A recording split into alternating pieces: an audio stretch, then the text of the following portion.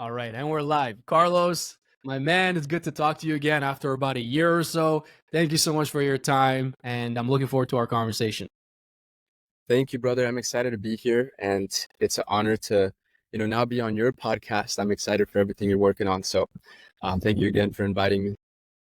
Likewise, man, appreciate it. And just to let everybody else know how this kind of developed, I was on your podcast about a year ago. We met just through social and connections and whatever else, and we had a great time on that podcast. I remember that very specifically. I was going through like a phase of doing a ton of podcasts at that time. I had a PR team scheduling me onto different shows, and I remember, a lot of them were not that memorable. A lot of them were, just kind of going through the motions and wasn't really an experience that I felt great about. And I made a mental note to myself that I don't want to create that experience either. If I'm ever doing a podcast or if I'm ever speaking to people, I think that's all sales is creating experiences. So I made a mental note of that. And yours was one of the very specific podcasts that I actually genuinely enjoyed. It was an amazing vibe. We had great conversations and we've stayed in touch ever since. So that's a lot. That's a testament to you and everything that you do. I appreciate that, man. And just like yourself, right? I think the most important thing when it comes to not only sales, but or podcasting or relationships, right? It's that the energy and the experience that we create for the other person. And so, I think it came naturally just because of your vibe and my vibe. But I remember it being a very fun time, and you also shared a lot of energy with me that is rare to find, and even guests that I bring on. A lot of people aren't too excited or don't share their energy correctly. So so you're awesome, and I'm happy to be here. I appreciate that, man. Thank you. And something tells me we're going to have a very long friendship and we're going to do a lot of great things together. So I'm excited for that. But for anybody who hasn't come across your work, your podcast, your social pages, all the amazing stuff you're doing in the real estate space, all the amazing stuff that you're about to announce today in terms of your new venture and helping entrepreneurs and individuals scale, let us know who you are. I want to hear from your own words and what you do, and then we'll go from there. Absolutely. Well, I'll make it real quick. I know it's a little windy here, so I'll speak up here in Tulum. But originally, I'm from LA, right? I was born into immigrant family that they made their way over to the US, and that really instilled a lot of beliefs within me at a young age. From 15, I got to see my parents very little because they were both working all the time, and they had multiple jobs, sometimes two, three jobs throughout the week just so that they can put food on the table, and they're working extremely hard. So from a young age, I was always thinking, what can I do to bring value to start creating some income, right? So I would save up my chore money. I would save up any type of money that I could get my hands on. And the first thing that I did was I would buy these waterproof phone cases from China for $1. And I saw them at stores being sold for $20, $30, $40. So I was like, why not go to the beach, go, to places where there's bodies of water and just start selling them for $10 or $15 a pop. And I did, and I made all my money back, and I made it 3x, and then I went to the next thing and the next thing. So just to put a long story short, I started at a very young age. I really had no, normal childhood because I was too focused on growing. I was too focused on my business, on how to improve upon social media, how to improve upon my sales. And so throughout this journey, I'm 25 now, almost 10 years later, I've just been able to work with some incredible people. I owe a lot of everything that I know to the mentors and the partners that I've had throughout that process. I've been able to, at the age of 18, 19 years old, grow a sales team that was doing multiple six figures in sales every single month, selling digital consulting and VIP packages. And I took that experience to then create my own business that targeted corporate companies. And I got to work with amazing brands such as Nissan, with luxury car dealerships, with solar companies, and now to the point where I'm at today, which is working with real estate developers and agencies internationally. So I'm here in Tulum, and what I focus on, what I love, is generating sales, right? From literally phone to phone, one-on-one sales calls. And I'm a great closer. I think it's just in my blood. But now being able to do it through copywriting, through the right advertising, the right promotion. And I've been able to do that throughout many industries for many people. So I'm really happy about that. But my biggest accomplishment was about 2 years ago when my daughter was born. Her name's Anaya. So, it was her birthday yesterday. So Wow, happy I'm belated. super, thank you. Yeah. So I know one day when she's a little older, she'll probably watch this, and I want her to know that she's my biggest accomplishment. So other than that, here we are just helping people, helping investors, helping business owners scale and grow in different ways. That's amazing, man. Well, first of all, congratulations on all of your accomplishments, and especially on your daughter being the biggest of them all. And we're only 5 minutes in. You're already making me tear up, man. You got to slow down, slow your roll there. I can tell you're a great closer. Another thing as well that was just coming to mind as you're talking there was there's no there's no mystery why we connect so well. Our stories have so many parallels. As you're talking with the immigrant mentality, it sounds like you were born in LA and your parents were immigrants, correct? That's right. Okay. For myself, I was an immigrant myself. I came over here when I was 10 years old. So I remember being born and raised for the first 10 years of my life in a completely different world, different environment, speaking different languages, and everything was very different. I know we talked about that on your podcast the first time that we met, but that left a huge imprint on me. So that immigrant mentality and the hustle and work ethic that comes from that is so important. I don't even have to ask you why you got into buying phone cases and starting your first business when you're like 15 years old, because I know why, right? I can relate to that. So that was definitely very memorable, and it's amazing to see how you continued down that trajectory and how sales has also been generating revenue, has also been a huge pillar for you. And most people think of sales when you're talking about features and benefits and how great your product, your service, your company, your brand is. That's what they look at when they think sales. But really, sales is everything from top to bottom. Sales is anywhere from figuring out what you want to do, what market you want to go after, to the very end of servicing people and following up and everything else. And like you said, nowadays, especially, it comes in so many different forms: email, copy, whatever else it may be. So it's all sales. And I love that. And I wanted to ask you really quickly before we get into all the business conversations, what got you initially from LA to Tulum, Mexico? What was that transition like, and what was the reason for that?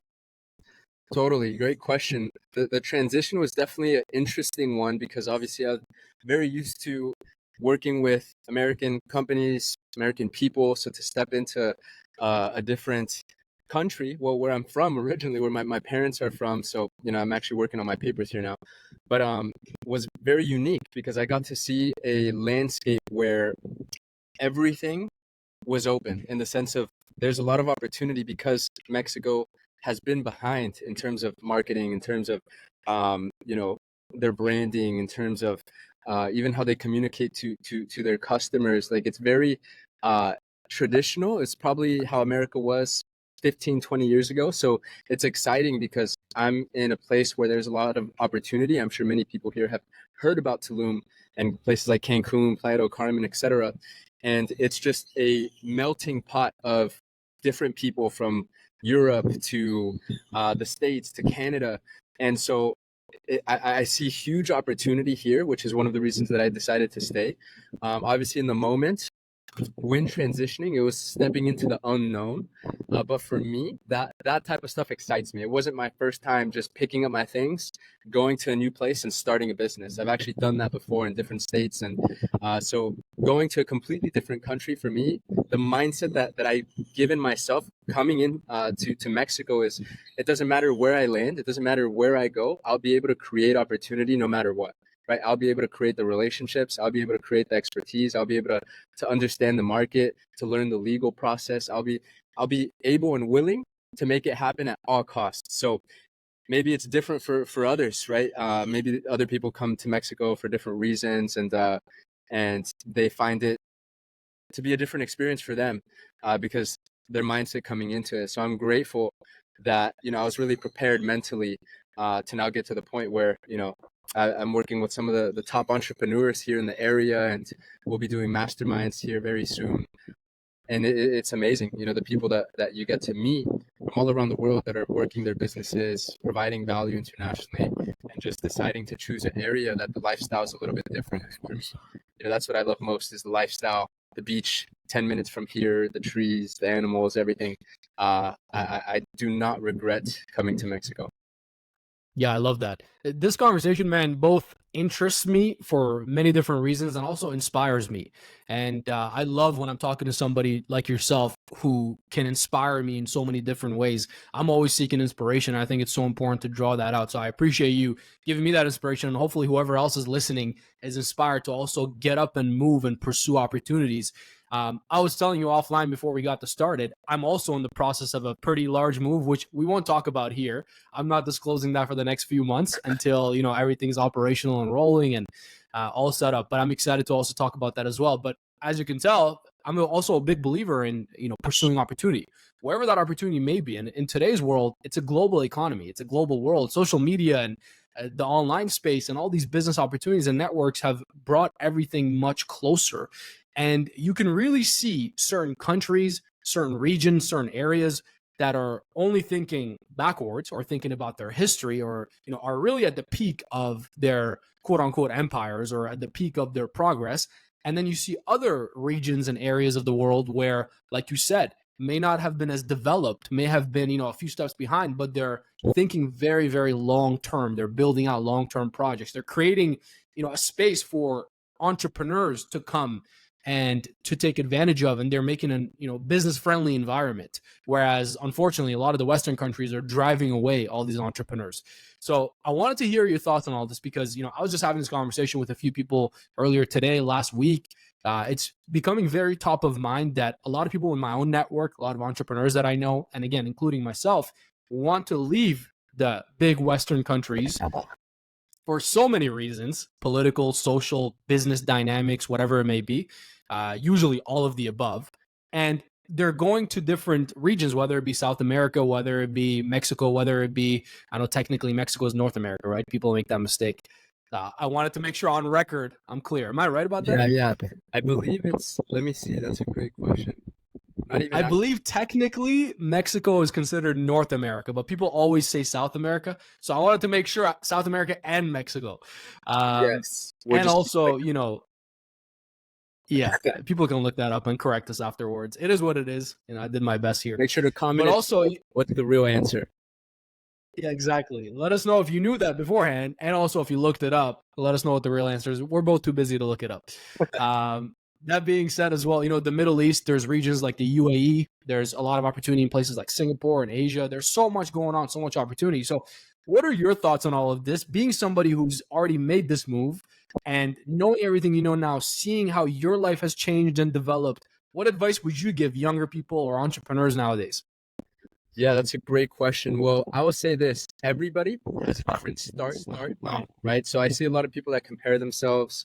Social media makes that so much harder because you'll see somebody 17 years old making millions of dollars, right? Living in Bali, doing all this crazy stuff, and we sometimes seem to compare ourselves or seem to want what others have when we forget that our starting line is very different. That our opportunities, our networks, the family that we've grown into are something that we can utilize for us to put us in the opportunity that's meant for us. So for me, for example, right, one of the big things that was a deciding factor when I decided to choose Tulum is that I've already had family out here, and they've already been in the timeshare industry, the real estate industry. Now they're building, constructing projects. So I learned to look at my resources, and I put the dots together and what would make the most sense, right? Many people maybe would have said, "Oh, Carlos, why don't you go to Dubai, or why don't you go to Bali, or why don't you go to, all these different great hubs where other entrepreneurs are?" And yes, you will find opportunity there, without a doubt. If you look for it, you're going to find it. But I believe it's about becoming resourceful and taking a look at what you already have, the network that you've created, the opportunities that are in front of you, and seeing where can I put the dots together and where would it make the most sense for me to go. And so I like to follow the path of least resistance, right? There's many things when I decided to come here to Mexico that just made it very easy for me to move. That was very inviting and it felt like the right thing. And so I think a lot of times people don't listen to their intuition. I'm a very, scientific and logical guy, but I also understand the power of the intuition, and our instinct is there for a reason, right? So when something feels good and it feels right, I like to take that path. And that's what I would say to those that are deciding to maybe make a move, to make a change, a drastic change in their life, is really take a look at your resources and your network and see if it makes sense, right? Come ready with a strategy.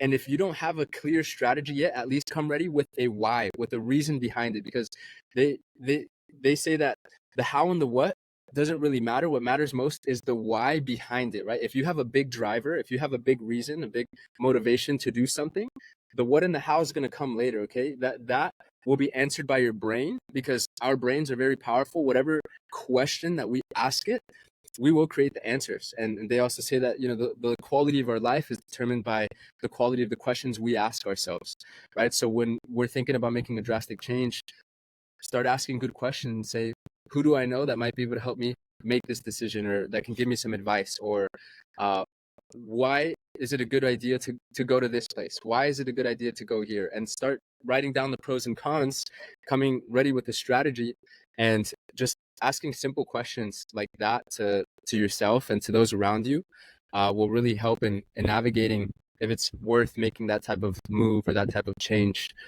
So don't be afraid to ask others, and really listen to your gut. Does it feel like it's the right thing to do? That's a really helpful advice for anybody who's looking for some type of change in their lives, in their business, in their careers. Anybody who's looking to really secure their financial future and also live on purpose, be fulfilled with what they're doing. I feel like a lot of people, again, what I see in the Western world right now, are sort of stuck in the cycle of society, stuck under these high expenses, stuck under inflation, stuck under societal or political constraints, whatever it may be. And as my first mentor used to say, you're not a tree. You can get up and move. Right. So I think it's a good thing to always keep in mind. And your advice was very wise. It's not just, get up and go where all the attraction is. Like you said, social media can be very deceiving.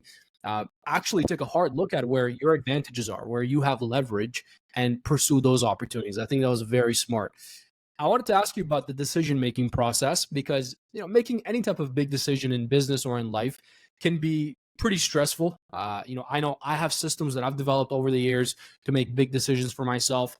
One of those is also relying on my gut instinct or my intuition. That is a very real thing. Just like yourself, I'm a very no BS, logical type of guy. I've always said the law of attraction is all good. I would love for it to work for me and everything else. But what I believe in is the law of action, right? So I've always been that type of guy. But I'm also very spiritually in tune with myself and just my potential and my future vision and everything else. So I've had a lot of systems that I rely on to make decisions. What are some of the systems that you use? What have you found helpful to make big decisions in your own life? Yeah, that's a great decision, or a great question, right? Regarding making a big decision. And honestly, for me, I'm I'm a Christian, right? So I love asking God, right? I definitely pray a lot, and I pray for those type of things in my life as well, which comes into, the intuition, right? And what in the Bible it even says, seek and you shall find, ask and you shall receive. So I take that and I implement it, and I ask, is this a good decision? And I ask over and over again, and I meditate on it until I feel that I'm getting the signs that I need in order to make a big move, right? So that's my spiritual approach. Now my logical approach is, again, going to the whiteboard and saying, okay, what are the pros of going to this place, right? And I start writing it down. And what are the cons? If there's more reward than there is risk for me, then I like to do it, because I like to take risks in general, but I'm not going to risk my whole life. I'm not going to risk my family. I'm not going to risk, people getting hurt, things like that. I'd rather make a decision that's going to mitigate my risk, so I can make the highest reward. So I would take a look at it that way, and see if what you're about to do is the upside way bigger than the downside. And if it is, then it's worth giving it a try. And then that goes into your relationship with failure as well, right? A lot of people may not do something just because they feel like they might fail, and maybe that they're going to mess up and they're going to have to start from zero again. Well, if that is the type of relationship that somebody has with failure, then they're never going to really know what it could have been like. They're never really going to experience the fruits of taking action on their ideas, taking action on moving, taking action on that business. It's about building a good relationship with fear. So for me, or failure. So for me, I love, well, I wouldn't say I go and mess up on purpose, but I love doing the best that I can. And if I fail, I love it because I'm going to learn from it, right? I just found out another way of not to do something. And so I look at it as a stepping stone. And I've definitely made those types of mistakes where I've literally moved, packed up, pandemic hit, and my life just turned sideways, right? But I adapted to that situation, and in turn that made me such a stronger entrepreneur, a stronger person. It gave me a stronger mentality, that I'm still capable of adapting to anything, and make it work for me, right? So I would say mitigate your risk, right? Make smart decisions, and don't be afraid to try it, and don't be afraid to fail. Just keep pivoting, keep pivoting, keep pivoting until eventually you find yourself in Tulum working on big projects, right? Because you failed your way there, like me in in that scenario. So that's what I would have to say when it comes to decision making. Yeah, I love that answer. And I love the combination of having realistic systems that you rely upon in terms of practicality and back that up by, a spiritual approach, which gives you that self-belief and that confidence to really execute. I think that's actually really important. And if you do find yourself in Tulum, it's a lovely place. I've been to Tulum and Playa, and I enjoyed both of them. Amazing place, amazing food, amazing nature, amazing weather, and I'll definitely be back as well. So if you find yourself there, like Carlos here, you wouldn't be too upset about that decision. Exactly. In terms of everything that you said, man, you packed so much into that it's hard to even break things down. I would just recommend people go back and re-listen to it. But you said a few things that I wanted to address. One is figuring out the downside versus the upside. That's always been really important for me. So I actually have always also done a pros and cons list. The fact that you even said that goes to show how powerful that simple tactic is. Apparently, supposedly, the sources say Ben Franklin used to do that to make large decisions in his different ventures and inventions and policies and whatever else. But I took that on since I was young, and I always made pros and cons list. I remember the first time I moved out on my own and was going to be completely financially independent. I was 17 years old.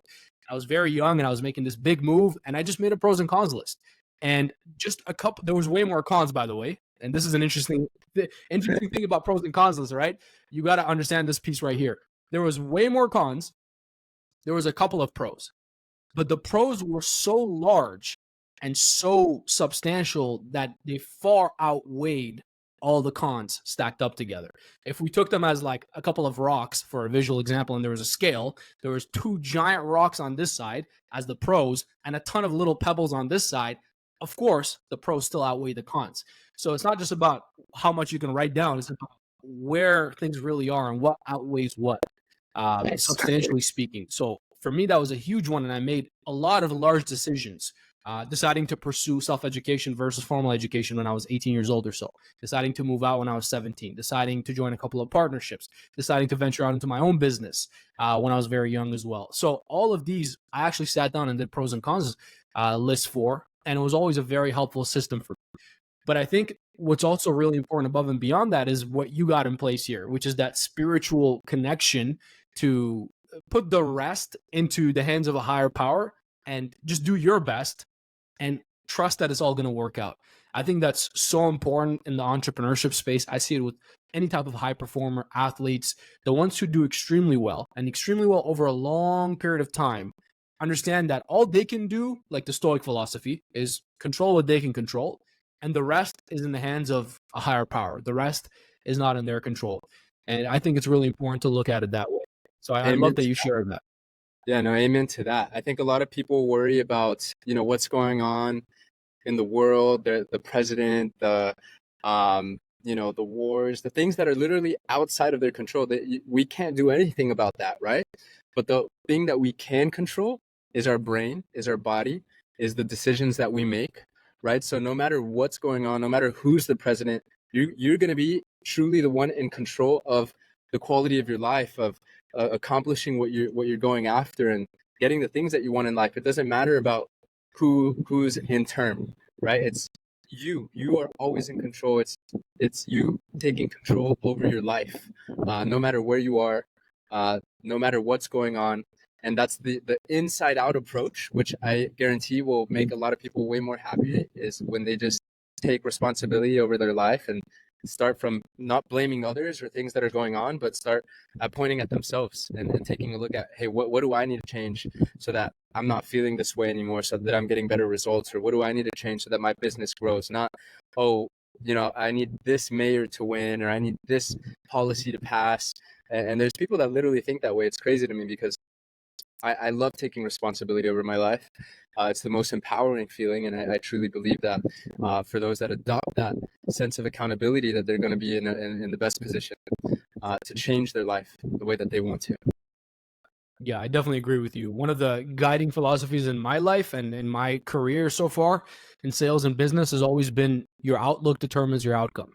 And that outlook is shaped by whatever you decide to consume and allow into your environment. And as long as it's a positive, solution oriented outlook and you back that up with the right execution, the outcome is going to be within your control. And anything that's not in your control, it is what it is. Charlie Munger or Warren Buffett have this thing with their investments. Rest in peace to Charlie Munger, one of my favorite mentors, and it was sad to see him pass away at just about 100 years old. I think it was a month or two shy of 100. Yeah. But he used to always say with Warren Buffett as well that they have investments that they fully understand and they want to go all in on, and they make those bets, they make those decisions. They have investments that they completely know is not within their domain and they pass up on. And then they have a separate bucket, a third bucket that they call their too hard bucket.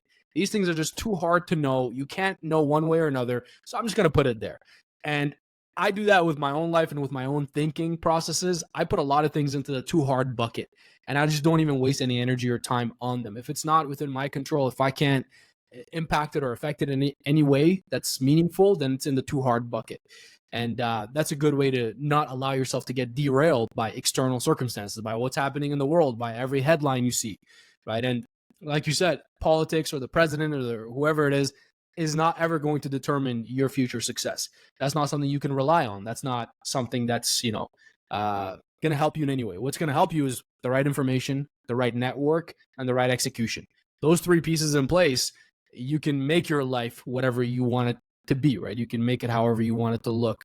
So I think extremely wise words for someone who's 25, man. I always forget you're 25 and you're still so young in your journey, but clearly so mature and you have so much experience under your belt.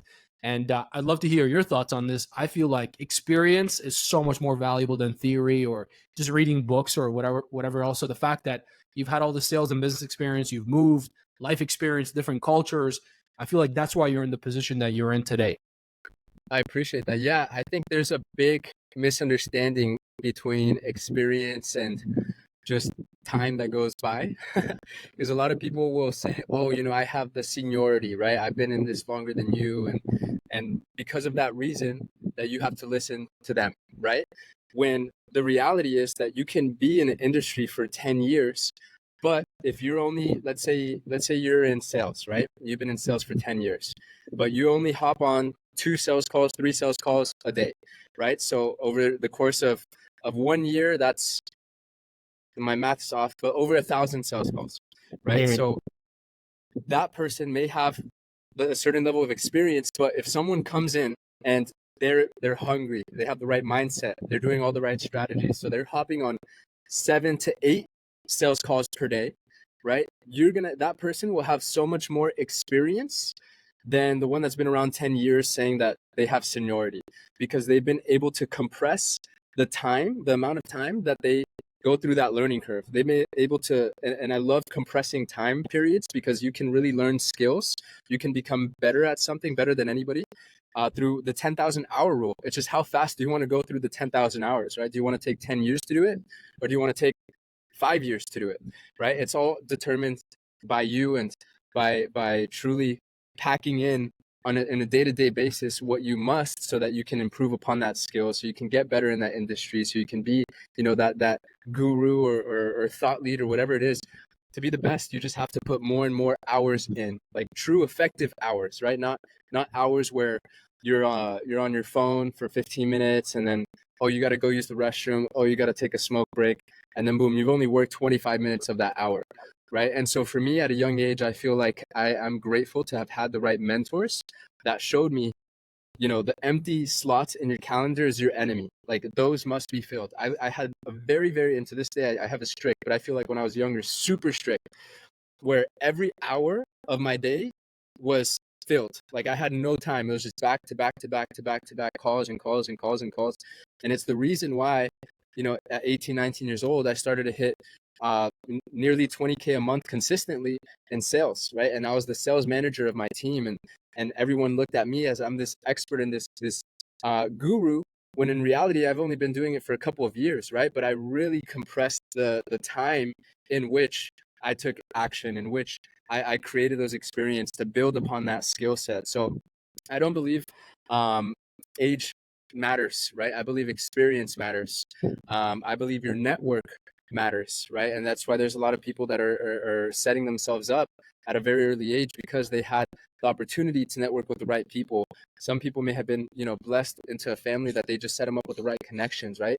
And if that's not you, it's okay, right? Life isn't fair, but you have control over that. You can go network, you can go meet people, you can create that luck, and so you can create that experience and become a master at something within a short period of time if you really want to. That's an amazing point. I love the whole idea of compressing time, and it's the same with finances. Most people in the Western world working a 9 to 5 will make $1 million throughout their working career, but that $1 million throughout a career is not much. It's not going to change the quality of your life. That same $1 million over the span of a year is pretty good. That same $1 million over the span of a month or a week or a day is incredible. That can now change the quality of everything, right? So compressing time, compressing finances, all of it is the same concept.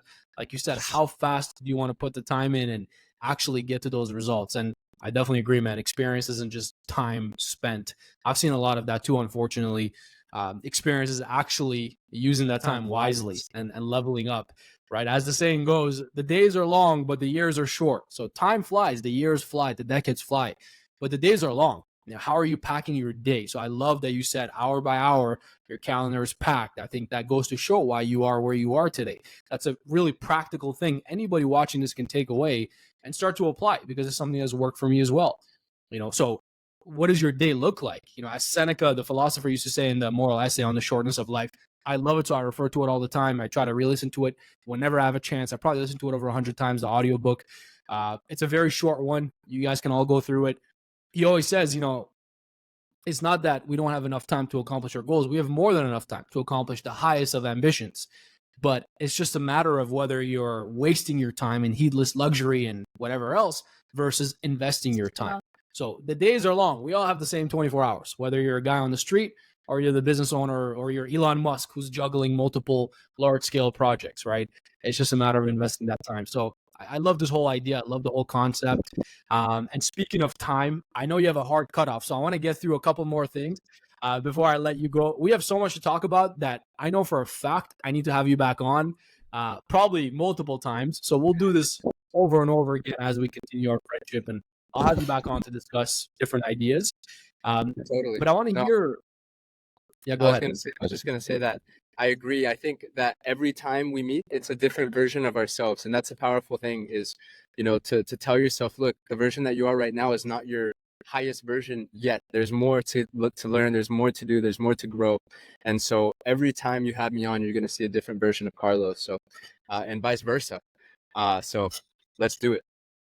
Absolutely, man. And I wouldn't expect anything less. The way that I look at it is, every single day, every single week, every month, we shouldn't be able to recognize ourselves from the week or month or day before. It's building that momentum day by day by day. So I love to have people in my network and my friend group like yourself who are on the same page, right? Because again, it's drawing inspiration from each other to continue to help each other level up, to raise our standards. I think that's so important. Absolutely. So I wanted to ask you about your new venture and what you're doing with helping entrepreneurs, individuals scale things, scale their operations, learn the right skills to be in the right environment and network. I'll let you talk a little bit about that because I know you're excited about that right now. And then I'll have one more final question for you.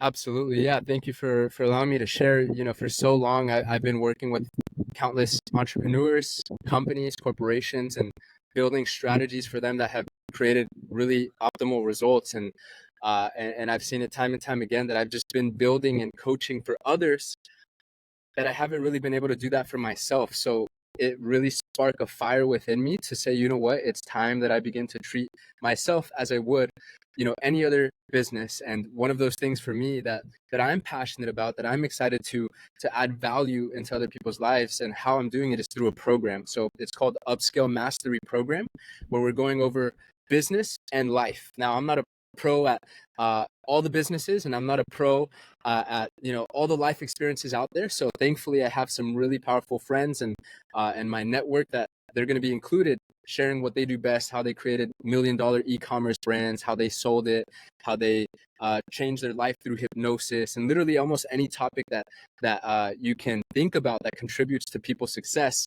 I'm going to have different experts talking about that within the group. But as far as what I'm covering in there, it's something that I'm excited to help people with, is their brand, it's their positioning. We're going to go over lead generation and how to scale your business online, starting with organic strategies to paid advertising and how you can essentially generate business on demand. We go over the psychology of sales so that you're best prepared in entering any industry and any landscape, and being able to implement these exact strategies so that you're consistently getting results and you're consistently getting sales, and a lot more. That's just the tip of the iceberg. But I'm not holding back within this group, and I'm sharing strategies, and I'm sharing ideas in there that have taken me to the six and multiple six-figure level, and have taken a lot of my clients even past the seven-figure level, and they're in their industry. So I'm excited for those that are just starting off, or for those that maybe have a business and they've been feeling stuck and they want to get some more practical advice and not be gatekept, right? No gatekeeper between the secrets. I'm just giving it all out there for you to implement, to create more case studies. So I've had a really great handful of case studies of people that have 3x their business, some 10x their business. Others, they're happy with a just 50% increase in their business. So if it could do any of that for you, I'm happy to share that program, and feel free to reach out to me. But that's my passion project right now, staying up from 10 to 2 a.m. Every day, just to build out the program and create more valuable content for everybody inside. I love that, man. I think anybody listening to this and with us so far in this conversation will know that you don't hold anything back. We'll know that you're a very sincere person. And I feel like, to be completely real with you, that's the highest compliment I could give somebody. And I want to give that to you. The sincerity really comes across. And I think, again, your depth of experience comes across as well. And, I wish when I was 18, 19, 20 years old, I had a platform like that. I had a mentor like that, that helped me along the way. I've had a lot of mentors throughout the years, but I've had to go out and seek those, and go out and, make things happen, and go to conferences and business seminars and build relationships and everything else. It's so much easier nowadays. So I appreciate you sharing that. And again, we have so much more to talk about, but I know we're short on time. So I'll ask you a final question that I ask everybody. And I'm curious to hear your thoughts, because you're still in the younger demographic. But I think it'll be very relevant to anybody who's in their beginning steps of their career, whether it's sales career, whether it's entrepreneurship. And this stepped from me asking high-level mentors of mine when I was younger. And I got a lot of great insight from this question.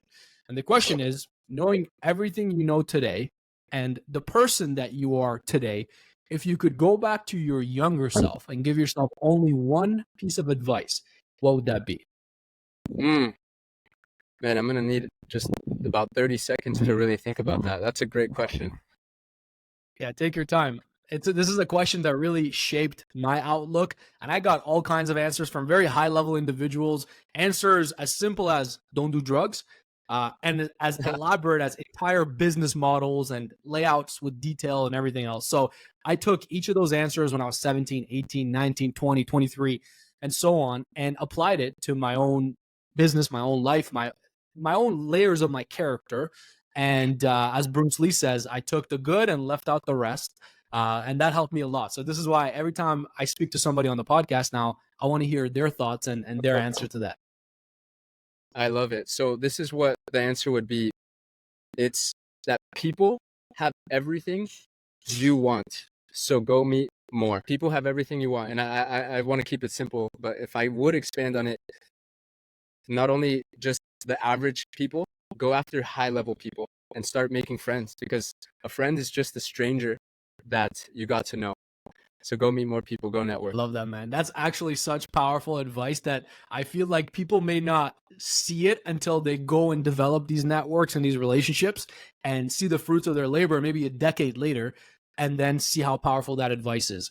And I've built relationships and built up my network over the last 12 plus years, and sometimes I'll get, offers, I'll get, recommendations, I'll get referrals, I'll get some help, some insight, whatever it may be, from a high level person in my network, that I just think to myself, I would have never received anything to this degree if I wasn't in the position that I am, if they didn't know me, if I hadn't built that relationship for, the past 10 years, whatever it may be. So that's incredible advice. And thank you for sharing that.